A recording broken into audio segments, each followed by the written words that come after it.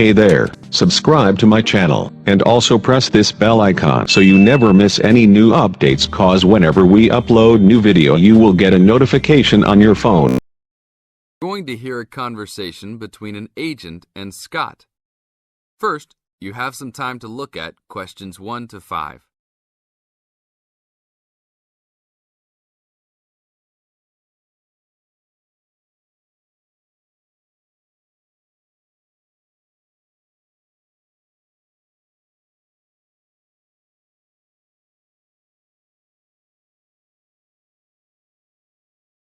Now listen to the tape and answer the questions. Howdy, what can I do for you? I'm here to ship some things back to China. Okay, we can do that. Shipping things back, eh? Have you lived there before? Yeah, I lived there for 3 years and came back 2 years ago.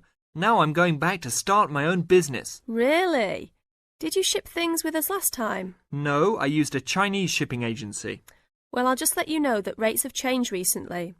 So I don't know if they'll be comparable to what you paid before. It doesn't matter to me. My company's paying for it. Aha, then it's nothing off your skin, right? Okay, I'll need your name and where you need to go to pick up the items to be shipped. My name is Scott Linder, Linder, and I live in upstate New York, Saratoga Springs. Oh, sure, I know that place. I go to the races there. Great town. What's the zip there again? 770425. And the street address is 412 West Lake Road. 770425 Westlake, got it. And how big of a container are you going to be looking for? Well, I didn't have a container last time, and I don't think I'll need one this time. I think that I'll have about 6 cubic meters. We can get a subsection of a container then. How big is that?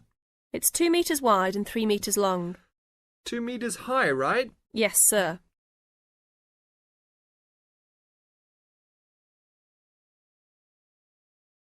Now look at questions 6 to 10.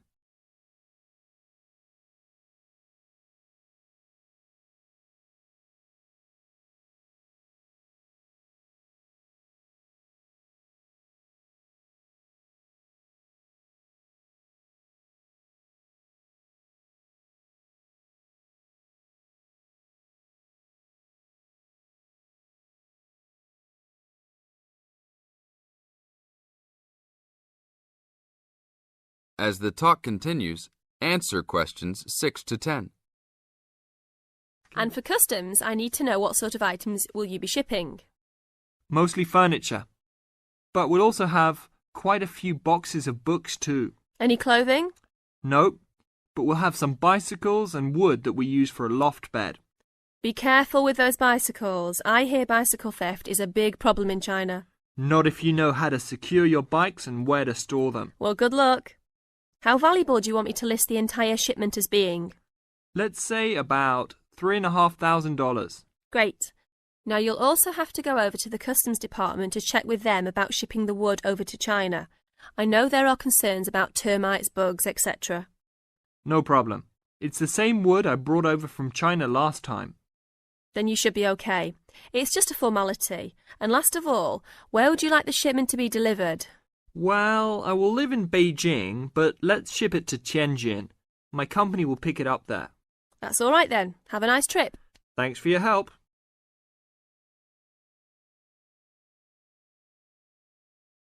That is the end of part 1. You now have half a minute to check your answers.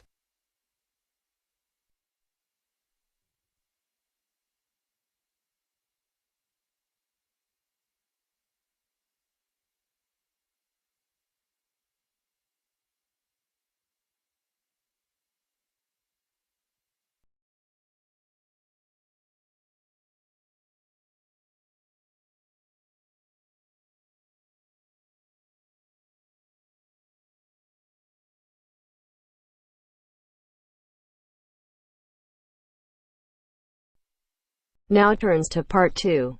Part 2. 2. You are going to hear a talk given by an international student. First, you have some time to look at questions 11 to 16.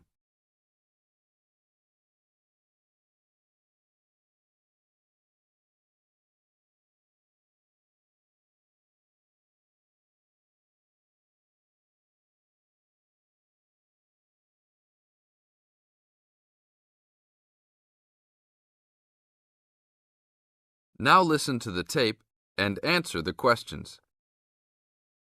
As an international student coming from Sierra Leone, it gives me great honor to give these opening remarks and welcome you all to Ashesi University, where excellence is the code. I believe I speak on behalf of my fellow colleagues when I say we feel that we are the most fortunate and privileged university students in Ghana. You may ask, what is the basis of such a conclusion? And I will simply say to you, in which other tertiary institution in Ghana do you find the same level of IT infrastructure and facilities available to students? Where also do you find such a low ratio of students to lecturers and computers? In which other educational institution do you find 55% of students on some sort of financial aid, who in addition enjoy services and benefits such as job placement after graduation, on-campus employment that pays above the minimum wage, a supply of textbooks, and access to online databases? Ladies and gentlemen, there is no other institution of higher education in Ghana today that matches the learning environment and the quality of instruction at Ashesi. I could continue listing reasons why we students feel this way, but I only have 5 minutes for this speech. Believe me, I could go on for hours. At Ashesi, everyone is considered a leader and is treated special. Ashesi equips us with the necessary determination, strength, and belief in ourselves to be able to achieve our goals. We are being taught to think outside the box and to question and challenge our assumptions about the world we live in. This, ladies and gentlemen, is one of the benefits of a liberal arts education, which seeks to broaden our intellectual capacity.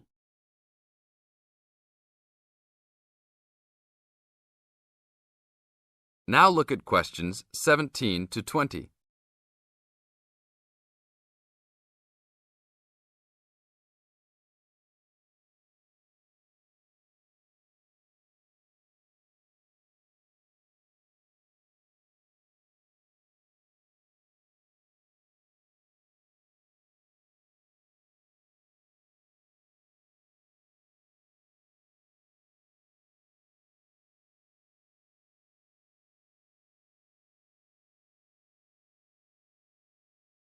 As the talk continues, answer questions 17 to 20. At Ashesi, we are also exposed to real-life situations and learn how to deal with them through a practical and vigorous academic program, as well as various seminars in which prominent leaders in their professions are invited as guests to interact and share their knowledge and experiences. Some people, even some of you in this audience, may believe that tuition at Ashesi is too high, but I say to you that the students here are unanimous in saying it is worth it. Not because we all come from well-to-do families, but because when it comes to one's education, you need to aim at getting the best from the right place. One's education defines who you are and what your perception of life and society will become. Ashesi offers us a top-quality education which meets high international standards. This is due to the strong linkages the school has established with 3 of the very best schools in the United States, namely Swarthmore College, which is ranked as the best liberal arts school in the U.S., UC Berkeley, and the University of Washington. In addition, Ashesi has recruited an excellent faculty consisting of lecturers from various countries, including Ghana, the UK, and the United States. These lecturers are among the best in their respective academic fields. I believe this is the school's greatest asset, a strong and knowledgeable team dedicated to achieving successful results from their students and who also love their job. I would like to end with a personal message. My fellow students, because we are among the most privileged in our society, we should take responsibility for our own destinies, make our parents proud, and create a legacy for those that follow us and Africa as a whole.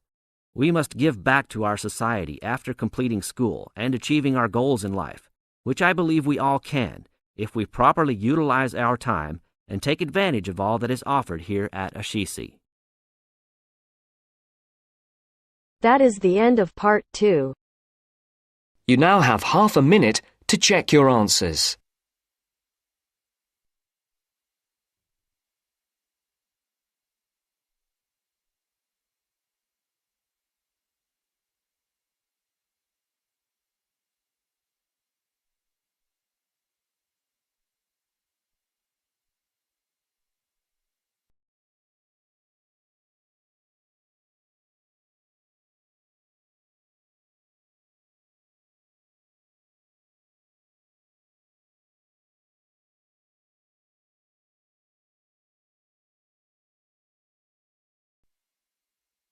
Now turns to part 3. Part 3. You will hear a conversation between Helen and her tutor. First, you have some time to look at questions 21 to 25.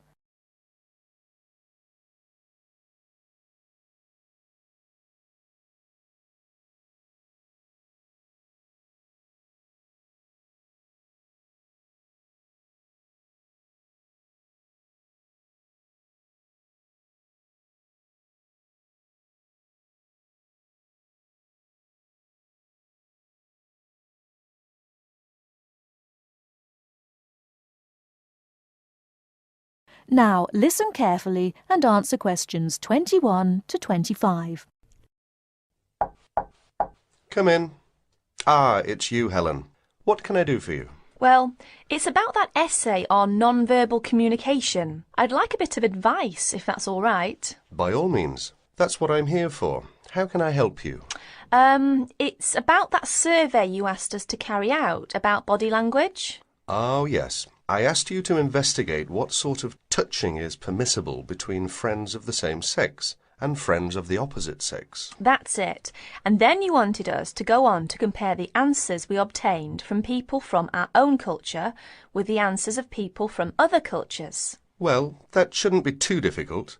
There are students here from dozens of cultures, including Asia and the Middle East. Go and ask them. That's the problem. I'm not sure how to word the questions. Before you hear the rest of the talk, you have some time to look at questions 26 to 30.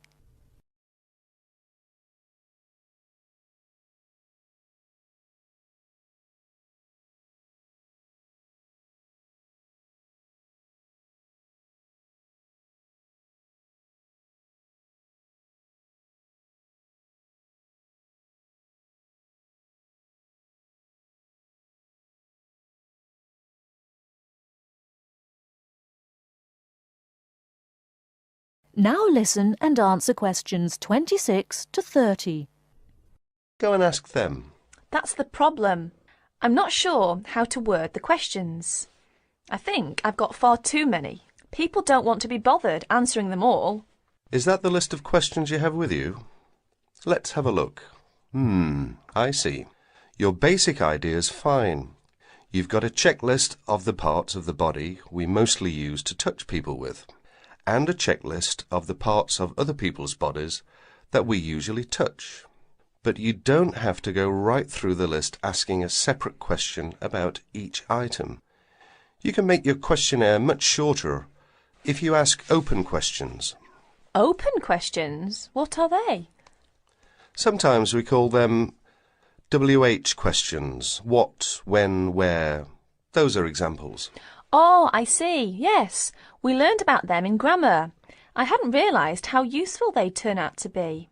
I could just ask one open question about each subject and tick the answers I receive. That's right. Now, let's have a look at the list of parts of the body you're going to ask about. I see.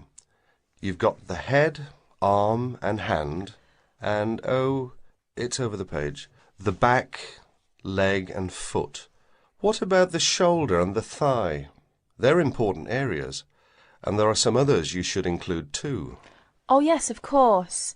I was in a rush and forgot those. What about asking people how they feel about being touched? Surely it's hard for people to put that sort of feeling into words. Yes, you're right.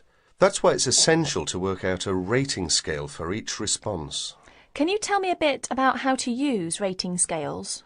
Well, there's no way to measure how strongly a person feels about something, of course. All we can go on is what they report about their feelings. So what we do is offering them choices of ways to express how they feel. Very strongly, strongly, or not at all. That would be an example of a rating scale. In this case, as your survey is only a small trial sample, I suggest you use that 3-point rating scale I've just described. Very strongly, strongly, or not at all. That'll be enough to enable you to draw some broad conclusions. You may go on to refine your survey later if you decide to specialize in the study of non-verbal aspects of behavior. Thank you. I'm much clearer now. Could I ask you one last question? I'm afraid I've got a brain like a sieve, but I just can't remember the technical term you told us for the study of touch. It sounded like happy, but of course it isn't. Oh, you mean haptics. Haptics. Of course, haptics. That's it. Happy to be of service. That is the end of part 3. You now have half a minute to check your answers.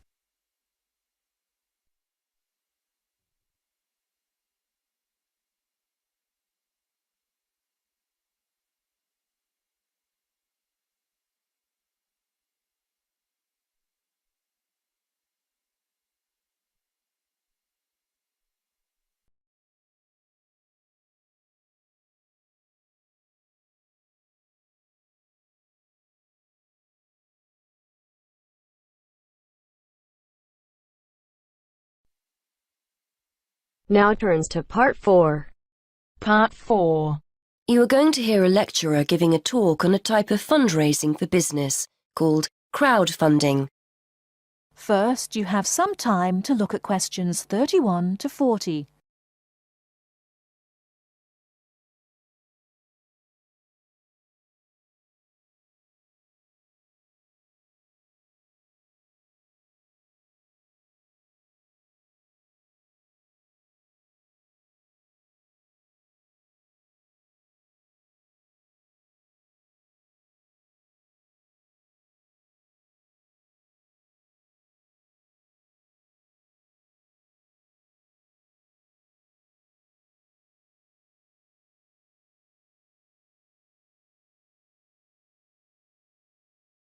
Now listen carefully and answer questions 31 to 40.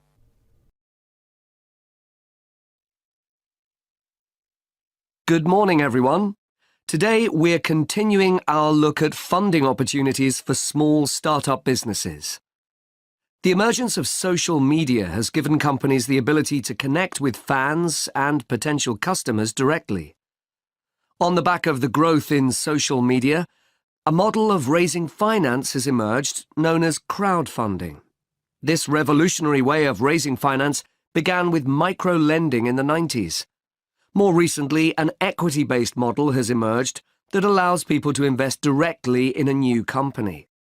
We're going to examine this in more detail later, but let's turn first to a third model, which I'll term a fan-based model. With this model of crowdfunding, individuals are encouraged to give an amount of money to support the launch of a project or initiative without the promise of any financial return. Instead, there's a reward for donating. This contrasts with the micro-lending model, which would require a return on investment, and the equity-based scheme, which may offer shares. Crowdfunding portals or websites allow the business concerned to present the initiative along with the financial target required.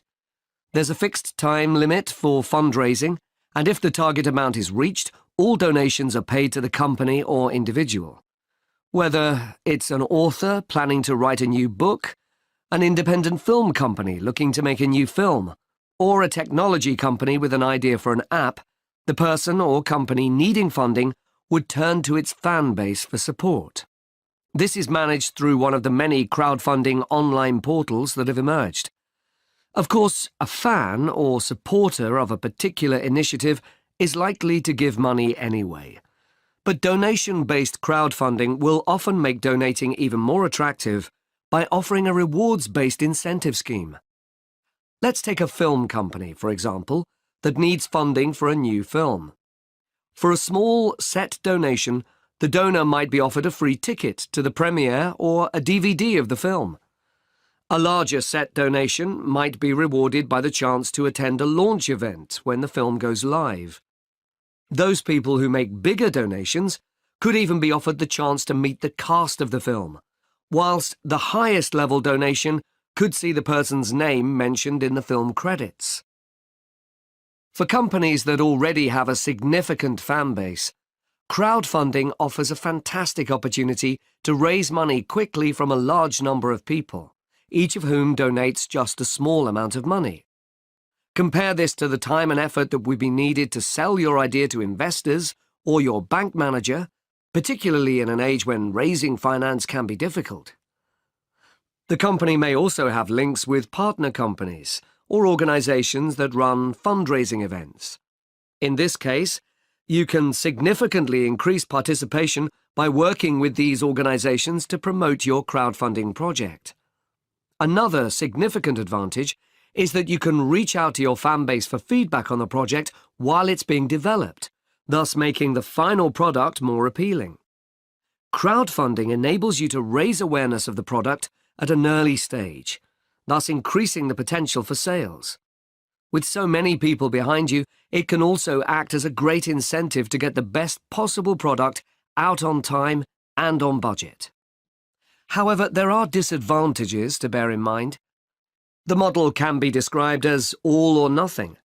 If you don't reach the monetary target required in the agreed time, all promises of donations are cancelled and no money is paid, leaving you back at square one. Should this happen, or still worse, you receive the funding but are unable to come up with the product, not only will your fans end up disappointed, but the portal will record the fact that you failed to reach your target, or that the initiative failed. Fulfilling all the pledges that you've made to people can also be very time-consuming.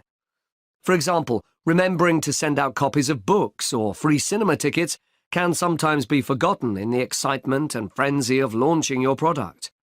People sometimes forget to factor in the cost of rewards when calculating profit margins. But these can be significant.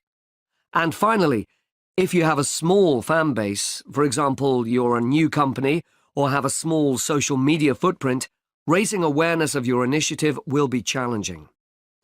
These drawbacks aside, donation-based crowdfunding is a wonderful opportunity for individuals or small startups to raise funds for that exciting new project whilst reaching out and connecting to the people who are most likely to support and promote your work for you.